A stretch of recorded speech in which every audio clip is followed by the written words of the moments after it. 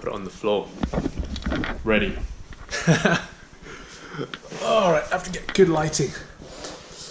Show it off. Okay, so where was I? Oh yeah, I got it from rsbookbinders.com, but I'm pretty sure you can get it cheaper elsewhere.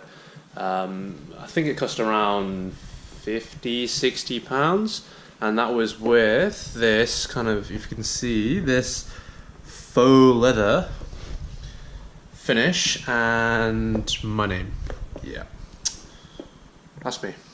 So basically, you open the portfolio and you see it's full of these plastic wallets. Basically, you end up buying hundreds and hundreds of these plastic wallets just for this portfolio. And you can see from the size of the portfolio, actually overall, it's probably a little bit on the big side. You can see it doesn't quite close properly. So this is pretty much exactly as I took it to the interview, because I've been really lazy and haven't changed it. Okay, so first of all, you've got the core surgical training portfolio checklist, and that is basically essential. As you can see, I have actually typed the evidence box and also put the sections, like here I've put like 1, 2, 3, etc. In the corresponding checklist number, checklist box. I mean, it just makes it easier for the interviewers, and that is basically one of the most important things. You just got to make it easy for them. If you make it hard for them, they're just gonna get bored. And I think, although it's supposed to be objective, there is always an element of subjectivity. After the checklist at the front is the CV. So my CV is, or was I should say, for the core surgery training interviews, actually pretty long. Bloody hell. 8 pages. So actually I was told at my actual portfolio station that it was quite squished. And I've got all these tables and things with like commitment to surgery and like really small font and no spaces in between. The guy actually said that it should be much longer than 8 pages, and probably could have been 16 pages because it's a so-called medical portfolio. I mean medical CV, and not like a business CV, which has to be only a couple of pages. After the CV section, you have your oral application. I don't think this is strictly necessary, to be honest. It's something they should have anyway, but I put mine in. You don't really need to have that section. So next, you come to the meat, the juicy stuff of the portfolio. So these are all the different sections. So basically, you can see that I've labeled all these sections in an incredibly geeky and anal way, with printed labels that I bought using a label printer from Amazon, and then I've labeled each of these index tabs, and I've also numbered them as well. The camera just keeps breaking. It keeps turning itself off. Stupid voice recognition. Anyway, what was I saying? So each of these different sections is in order, and it's exactly the same order that the portfolio CV section is ordered in. Oh, excuse me, just had dinner. So as you can see, it goes through degrees, courses, exceptional performance, clinical experience, audit, teaching, presentation, publications, etc., etc., etc. And then, because I ran out index tabs, it goes back to the beginning, commitment, and then sort of it's called interest. But basically, I think that particular section I've put stuff like my extracurricular and whatnots. We'll get to that section in a bit. So just showing you a little bit more, in front of every single section I have a summary sheet, which is slightly reinforced with this kind of card material. It's kind of like a mini contents, and a mini contents that I've directly copied from my CV. So you can see that section on the CV where it says section 2, education and qualifications. I've just copied that section and then just Control-C, Control-V on a separate piece of paper and just slightly magnify it to make it look bigger, make it look nicer. And I've used that as a sort of mini contents. But basically all it is to, again, make things easier for the interviewer. So all those things are in exactly the same order. So like MRCS Part A is first, and then you got MRCS Part A. Then you got MA Cantab, my Cambridge complementary master's degree. Next, Imperial College MBBS.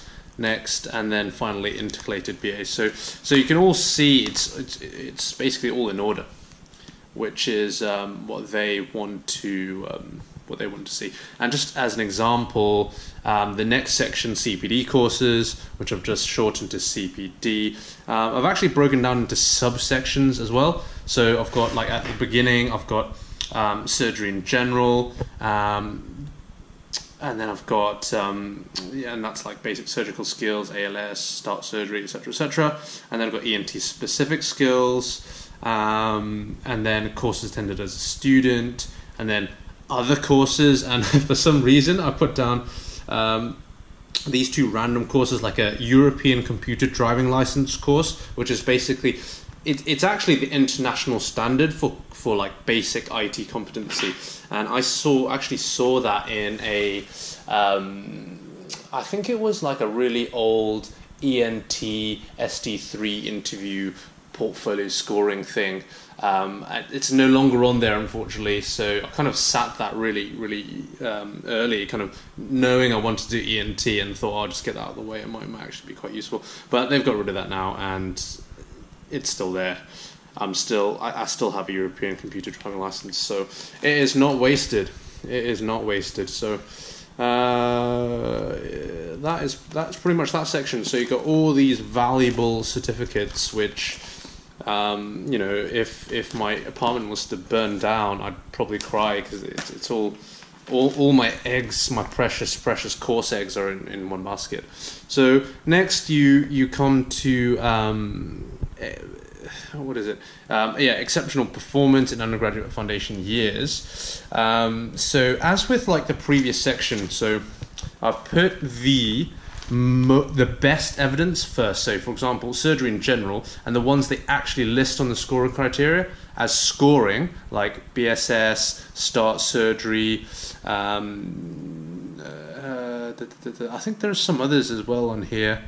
I'm pretty sure ATLS was on here, or I might not actually have sat ATLS by the time I did this. I might not have actually, but anyway, they gave me full marks for that section because I sat loads of other stuff as well. So in terms of exceptional performance, so I put the national prizes first, like the most important, most point scoring sections first with national prizes, and then undergraduate prizes, and then sort of distinctions there. So and again, I've put like little subsection dividers as well. Next section is experience. So what I've put here is like an e-logbook summary. Very easy. So basically you have all the different specialties, observed, assisted, performed, supervised, ENT, general surgery, orthopedics, cardiothoracics. My logbook wasn't particularly great, but they're not expecting great surgeons at this stage. I mean, after all, you're just applying for core surgical training. What they're expecting to see is that you have actually made an effort to go and try to expand your skill, and specifically your surgical skill repertoire. So in terms of other procedures performed during work and/or on a course, I put stuff like general surgical stuff, handling of laparoscopic instruments, ENT surgery procedures, because ENT is what I'm interested in, and then procedures performed in non-surgery jobs, diagnostic thoracentesis, lumbar puncture, etc., etc. And I've actually referenced those via a letter.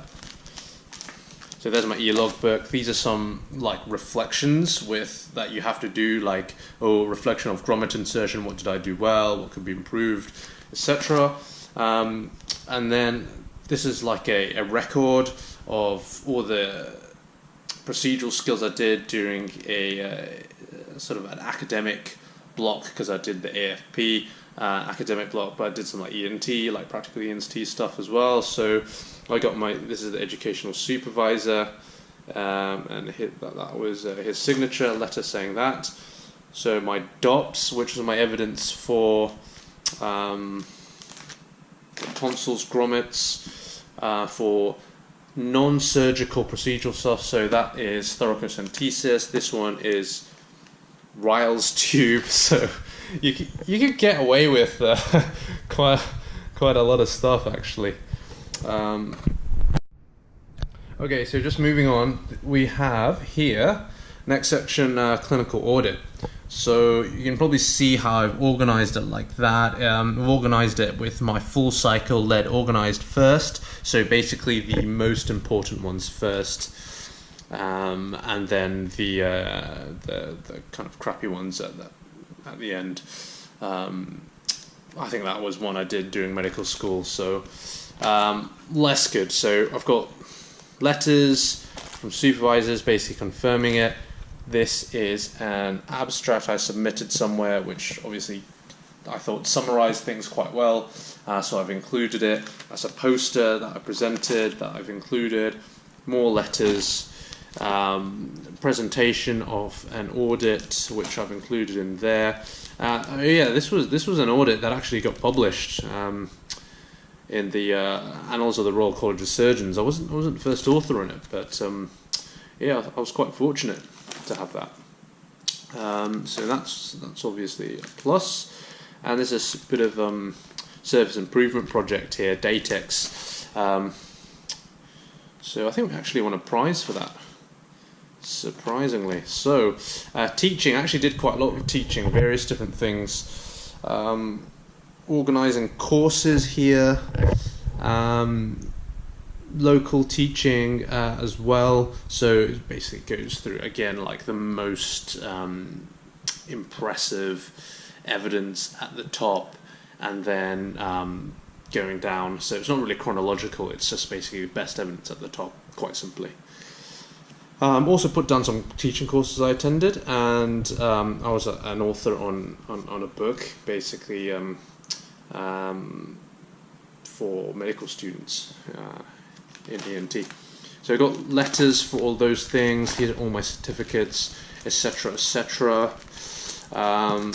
The usual, the training of the trainers. I think this was like a student version. Yeah, training the trainers, Foundation Essentials, Royal College of Surgeons of Edinburgh.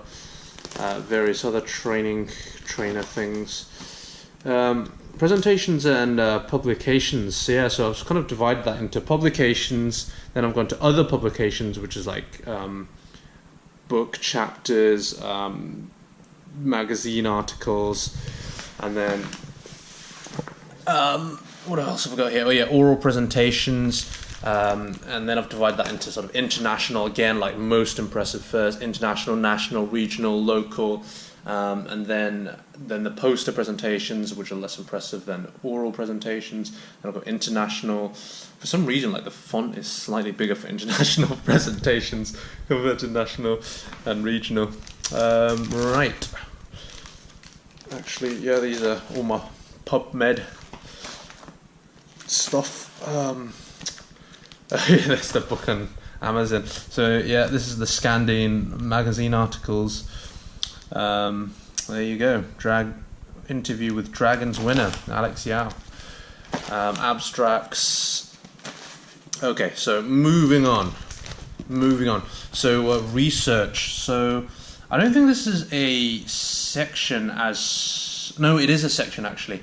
It's included in publications like involvement in research. So basically I put down research projects, major research projects I was involved in, and I've put down that you don't get any points for this whatsoever as far as I'm aware, but I've done them, so I just wanted to sure if I've done them basically.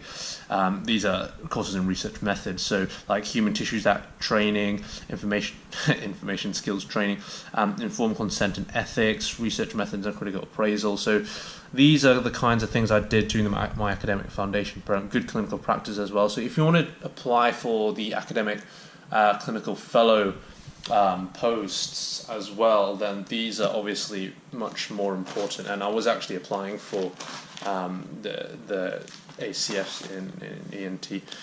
Didn't get them. Did not get one of those posts.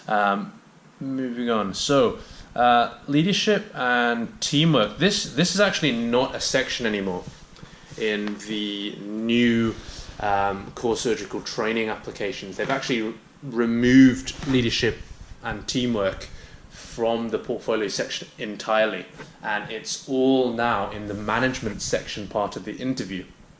So when I did it, you actually had to give a pre-prepared presentation for about 3 minutes, I think it was, on a role that you did which was relevant to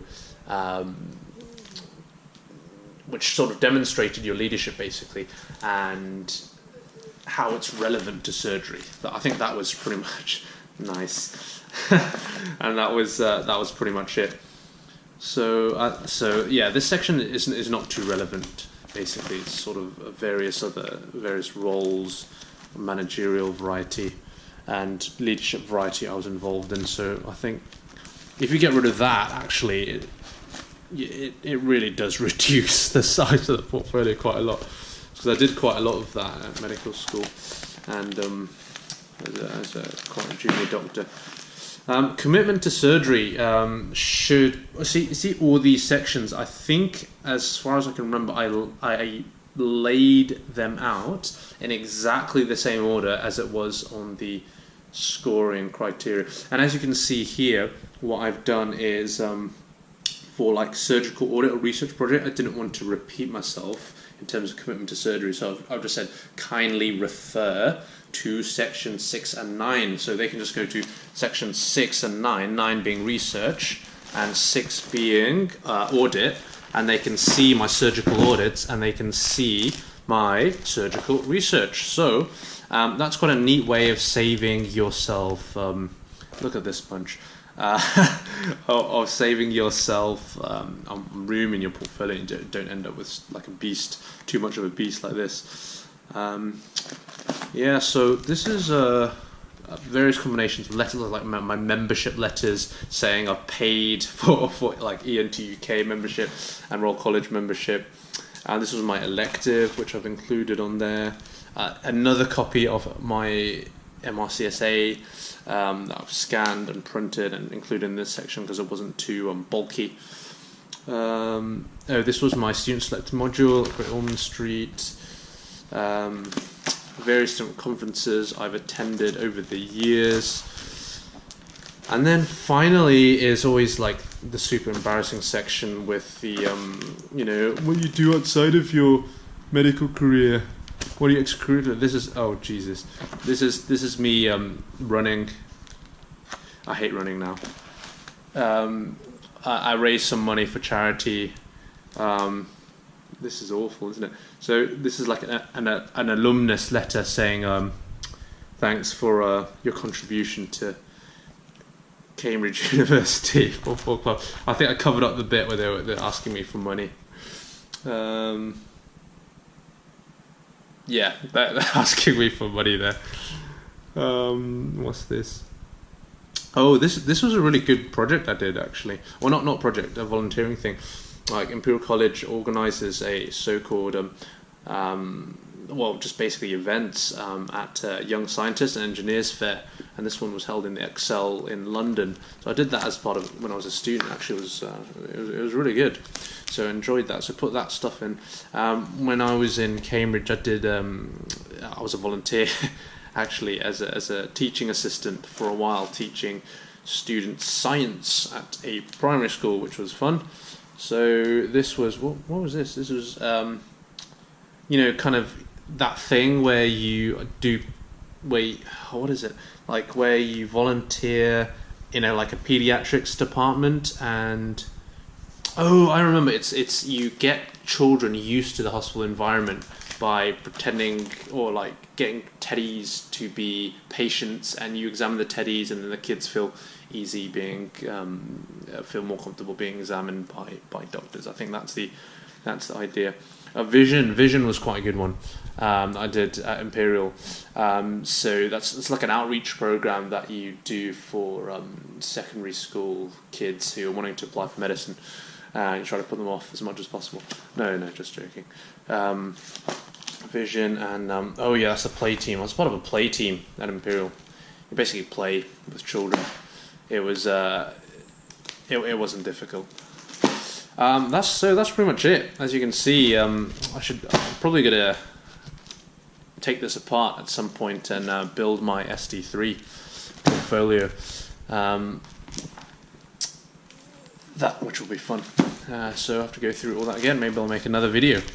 Well, thanks for watching, guys. It's been quite a long video, I think. I'm going to go to bed now. So I hope you enjoyed that. I hope that was useful.